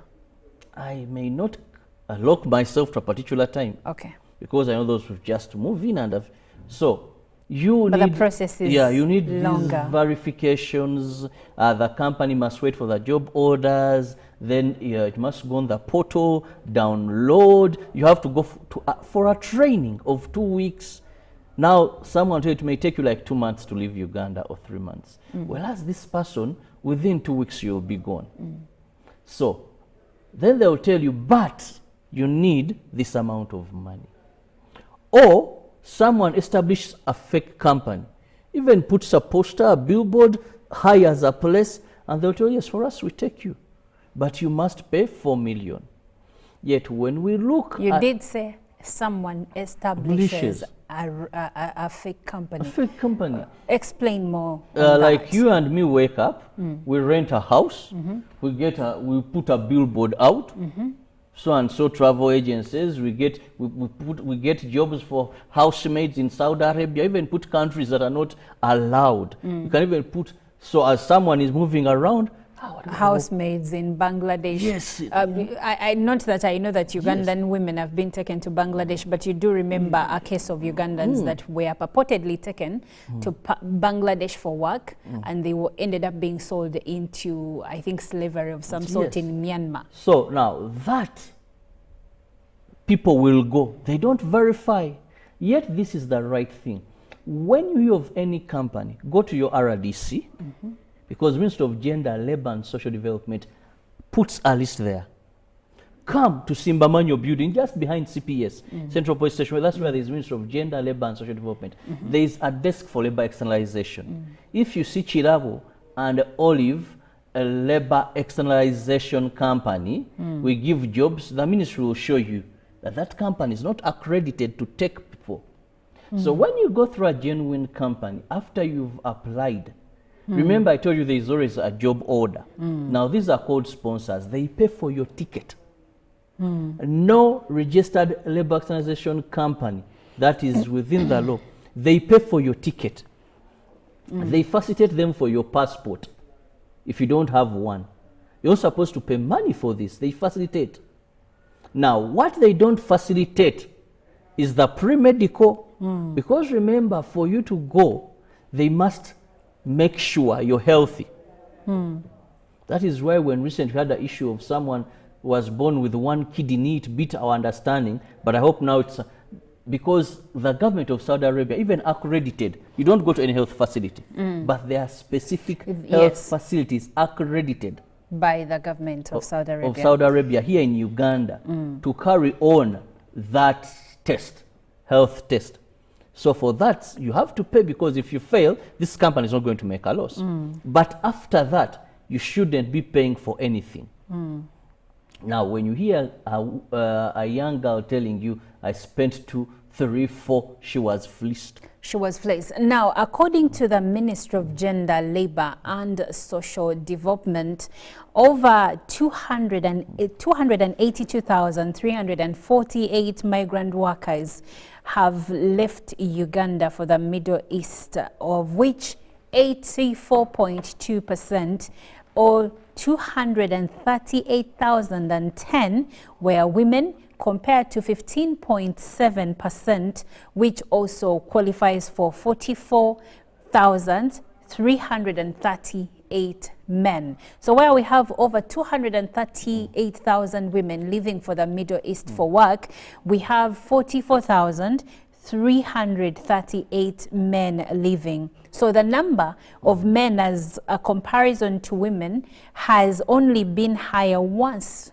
in 2016, when at least 2,035 men traveled out of Uganda to the largely Arab region, compared to 504 women. This is in 2016. Now, if we look at some of the jobs that are available, and Chirawa did mention that the biggest contributor as to why women leave the country in large numbers to the Middle East vis-a-vis the men is the nature of jobs that are available in these countries. And some of the jobs, I will not break them down by gender, but some of the jobs that are available in these countries are housemaid jobs or helps, waitresses, teaching assistants, merchandisers, and supermarket attendants, majority of which favor women. So when we look at the jobs that men do, many of them are guards or drivers.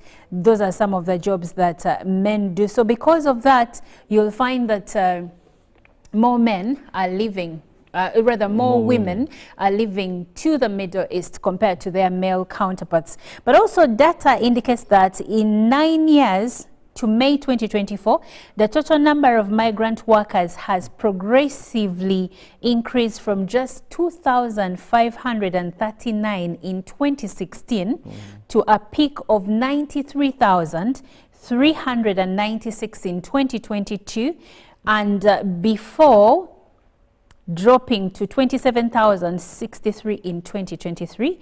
The report does not explain the drop, but still the numbers can speak for themselves. However, I can try to explain the drop. Okay. Now, the biggest challenge that the labor industry is facing now, most of the externalization of domestic workers, is much as our government and the government of Saudi Arabia were very intentional to come out with policies. There was one issue agreed upon that our government up to now has failed to put in place. Now, in that agreement, it was very clear that government of Uganda will have attaches in Saudi Arabia. Government officials seated in Saudi Arabia to handle issues of domestic workers. To avoid this bad publicity that we've been having. Why? That if this young girl feels offended in her home where she is, or she's being tortured, if she calls the company, either home here or the company where the home company handed her over for deployment, now this company will call an official from the government of Uganda, based in Saudi Arabia, based in Riyadh, to go and sort these issues. Now, this is one of the areas that brings government a lot of money. But consecutively, our government has failed to place these attaches. Now, the Philippines, you said, have been all over. Actually, the Philippines, they're in the United Arab Emirates, but even in Europe, they're mostly So now, used for the as Philippines, even in Saudi Arabia, they are the majority as domestic workers. But for them, they invested so much in this sector because they know it brings a lot of foreign currency. Now, why the decline now? This is what happened. Because we had so much negative publicity as Uganda coming from our girls in Saudi Arabia. And sometimes we had a suspension, if you remember very well. I think we have 2 times suspended this. The government of Saudi reached a point of saying, you're not going to change us this much. Now, companies in Saudi Arabia... Who suspended? Was it the Saudi Arabian government or the Ugandan government suspended, but there was already pressure from the other side to say that, you see, if you can't get this house proper, we have girls from other countries. Now, what happened? Employers, we are told, in Saudi Arabia, many of them now are opting for Philippines, or today, for countries, you know, Kenya has also gone there, they have had issues, but Burundi is coming up, and we are being told that even a number of Ugandan companies, as you see them now here, they're registered as Burundian companies. Now they have run to Burundi and they're opening up branches to Burundi recruit. is now starting. Because they are believing that girls from there are more focused, I think, and they are more hardworking, but also maybe either they are body hardened, and now these employers think these are very different people. Okay, Chirawa, let me ask you a very controversial question, and probably I might be nailed for this. In Uganda, it's been said that there are like 2-3 tribes which send most of the girls outside for work. What are some of these tribes? Or regions? The central region has done so much in this area. Okay. The eastern part of it, so many Basoga, whatever, are in there. Going further up in the east. Okay. Then also the north has done so much. How about the west? Really? They could own these companies. There are some girls from Western Very Europe. few. Compared to these other regions. Okay. Very, very few, I must tell you. Because the nature of work being done there is quite hectic and quite demanding. And second, also you look at the levels of poverty. Because let me tell you, when you look at these regions, for example, Eastern Busoga, soaked in poverty. When you come to the central here, There are parts. There are parts where you test poverty at its best. Now, when you go to the northern part of it, still believe you me, there's a lot of poverty. And for central here, more that the proximity, also the companies are so many around here. Now, when you go to west, there are factors. I want to call them factors, both historical and also the other being, of course, they have a big share of big positions where, of course, there's a trickle-down effect in this area. You see, in this area, to be very a trickle-down. Thank you for saying trickle-down, because I was going to say, you are making it look like everyone from Western Uganda. No, the trickle-down effect is an automatic thing. If you have a good job, paying job, you're going to make investments in your area. And it's been known culturally. And then you give other people. But also I said historical. Historical, I am a farmer. I'm into cows. But I want to tell you that historical factor, many Ugandans don't understand it, but has a lot of power in wealth creation. So the levels of poverty speak also to the huge numbers from different areas into labor externalization. But what is hurting, and I say this with a lot of concern, we need to add value to our Ugandan girls. They are bringing a lot of money from the Middle East, but they are formal workers. I mean, informal workers. We need to see how I would feel very happy when we are exporting nurses, exporting doctors, but we are taking these young girls in their age of strength. Olive, get me properly. We are taking girls from 20 years up to 30. Now, this is a very productive age. But if are these girls educated? And we are taking girls who are not educated. So if a girl is 20 and she's not educated, how best can the government help her? Now, if a girl is 20, I've seen the presidential initiative on skilling the girl child. I've seen those who have learned tailoring. I've seen those in bakery. I've seen some even in shoe making. I've seen... That is value addition. Value addition. Despite not having...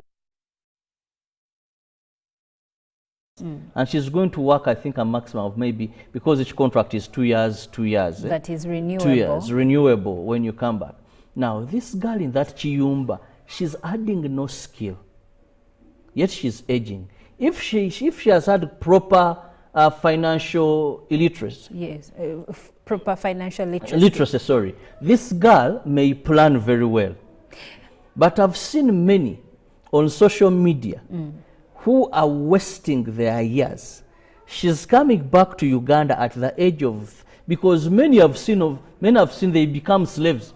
All she's doing is one contract ends, she comes back to Uganda, so, she gets Chirabo, another let's contract. look into, our time is almost spent, but let's look at some of the challenges that the girls experience away from the mistreatment. Let's look at their money, the money that they are paid there. So you got a job, you traveled out of the country, you've made this money. You did touch a bit on financial literacy. Because they don't have this financial literacy that you mentioned, what are some of the challenges they have experienced? They have the jobs, they're earning the money, but there is a roadblock. What are some of those roadblocks the girls have faced? One, many of them, remember we are looking at people who are illiterate, many of them who are semi-literate, they don't have enough exposure. Many of them are sending money home and returning to nothing. I want to tell you, one time a family came to me and said, Robert, for a period of time, we are not hearing from our daughter. Our daughter was taken through a company, I won't mention the name, but we are not hearing from them. I said, fine, let's go to that company.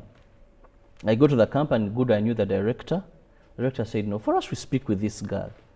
So we called the young lady, and this was very moving. When we called, we put on loudspeaker. Hello, Hadija, how are you? I'm very fine. How is work? Everything is fine. But people from home are complaining. The number they knew, they can't reach you. But you said, don't give them my contact. And they were listening. And they were listening. Oops. I came here to work to develop myself and my family. But those people home think I came to work for them. When there is a burial, they call me to send. When there is this last funeral rites from baby. So she said, don't even give them my contact. So many of these girls are sending home money with no plan.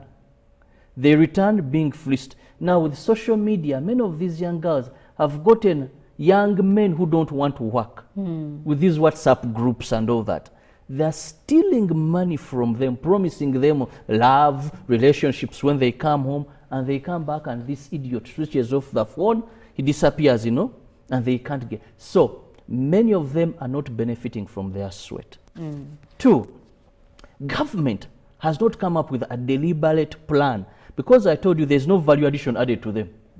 Your house made in someone's home, nothing. So government has not come up with a specific plan on how to help them make good use of their money. For example, in this training of 2 weeks that they are given, where is the level of teaching them how to better handle their finances? Many return and they splash the money. You see them on TikTok. They splash. Okay, so that's why they run contract after. They become slaves until the age limits. Robert, now I see some of the challenges that you mentioned. Some of the girls, many of them actually live without bank accounts. Others don't have any financial literacy. I mean, even people that have gone to school are struggling with financial literacy. Yeah. So, and the producer is on my case to wind. But what can be done best in just a second for the girls to do better? First and foremost, please, if you're traveling out of the country for greener pastures, go through a registered labor export company. And on money? Second, please ensure you have a good plan for your finances, because money is hard earned but easily spent. Robert, I'll stop so you you right must have there. a proper plan. Money is hard earned but easily spent. Unfortunately, sometimes what you spend, if it's not well invested, may never come back to you. That is my supplement to Robert's point. But I wanted to end with a comment from Oyuji Daniel Haven from Abim District, and he says it's better for government to formulate a policy in regards to the minimum wage for domestic workers in Uganda instead of taking them abroad.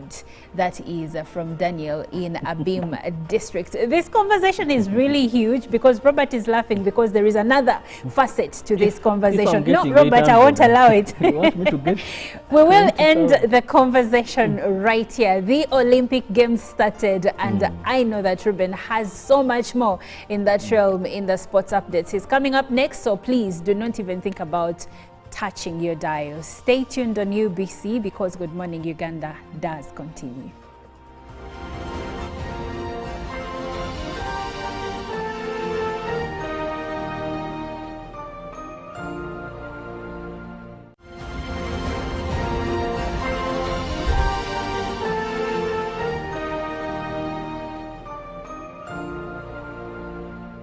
Pick of the day on UBC.